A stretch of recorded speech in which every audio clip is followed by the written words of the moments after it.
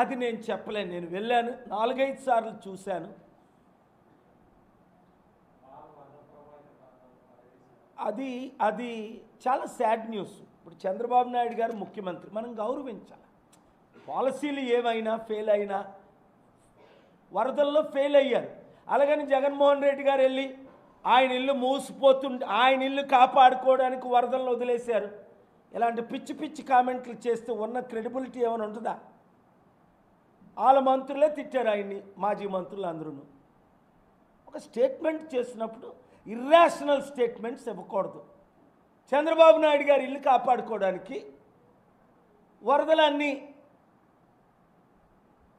వీళ్ళు ముంచేయడానికి పంపించారు 10 లక్షల మందిని అంటే మీనింగ్ ఉందా? చంద్రబాబు నాయుడు గారి ఇల్లు కూడా మునిగిపోయే స్థానంలోనే ఉంది. అక్కడ కూడా హైడ్రా పెట్టాలి. ఎవరెవరైతే ఇళ్ళన్నీ ఆక్యుపై చేశారు, ఈ పవన్ కళ్యాణ్ లాంటి ఇళ్ళన్నీ కూల్చి పడేయాలి. అది ఎవడైనా సరే. ఇక్కడ నాగార్జున కంటే పవన్ కళ్యాణ్ పెద్ద హీరో కాదు కదా. ఇక్కడ నాగార్జున కూల్చేసినప్పుడు అక్కడ పవన్ కళ్యాణ్ కూల్చేయాలి. ఆయన ఉప ముఖ్యమంత్రి అని ఆయనకు ఒక రూలు, ఈయన పాపం తండ్రి లేని ఈయనకొక రూలు. నేను వీక్ ఉన్న వాళ్ళకి సపోర్ట్ చేస్తా, స్ట్రాంగ్ ఉన్న వాళ్ళకి సపోర్ట్ చేయను. ఇప్పుడు కేసీఆర్ వీక్ ఉన్నాడు.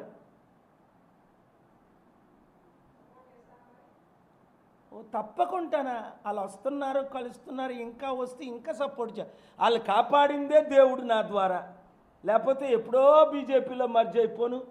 పాప ఆయన డిప్రెస్ అయిపోయాడు.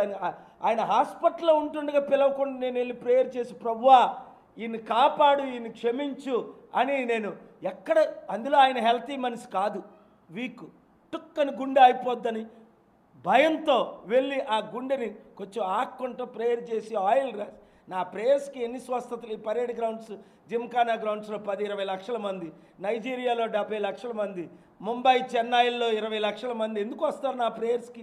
ఎవరి దగ్గరైనా రూపాయి తీసుకుంటున్నానా? లేదా మ్యాజిక్ చేస్తానా ఈ హిందూ క్రిస్టియన్ ముస్లిమ్స్ చేసినట్టు?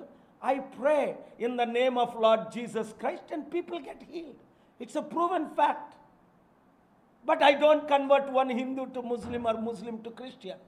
I respect all people of all faiths, irrespective of caste, creed, religion. I respect all people of all faiths, of all nationalities.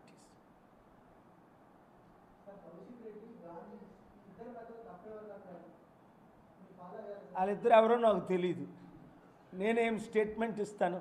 Kaushik Reddy అని ఏదో ఫ్యూనరల్కి వెళ్ళినప్పుడు హరీష్ రావుతో పొడుక్కున్న సన్నగా ఉంటాడు, ఆయనేనా? నమస్కారం పెట్టారు, అంతవరకే నాకు తెలిసి. ఇప్పుడు ఆయనతో మాట్లాడలేదు, స్పీకర్తో మాట్లాడాను. వీళ్ళందరినీ 10 మందిని డిస్క్వాలిఫై చేయమని చెప్పా. 1 వీక్ టైం ఇచ్చా. ఆయన చేయలేదు కనుక కోర్టుకి వెళ్ళి డిస్క్వాలిఫై చేస్తాం.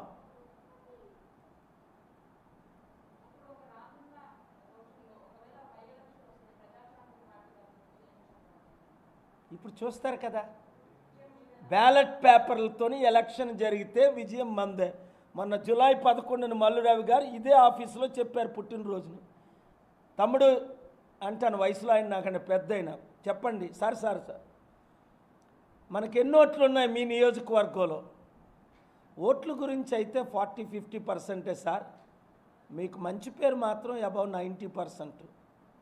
మిమ్మల్ని అందరూ గౌరవిస్తారు. అందుకే నేను బర్త్డేకి వచ్చాను, ప్రేయర్ చేయించుకోవడానికి, బ్లెస్సింగ్స్ కానీ. మంచి పేరుంటే సరిపోదు, ఓట్లుగా మారాలంటే నీ ఓటు ఎవరికి వేస్తావు? 54 సంవత్సరాలు సర్వనాశనం చేసిన కాంగ్రెస్ పార్టీకా?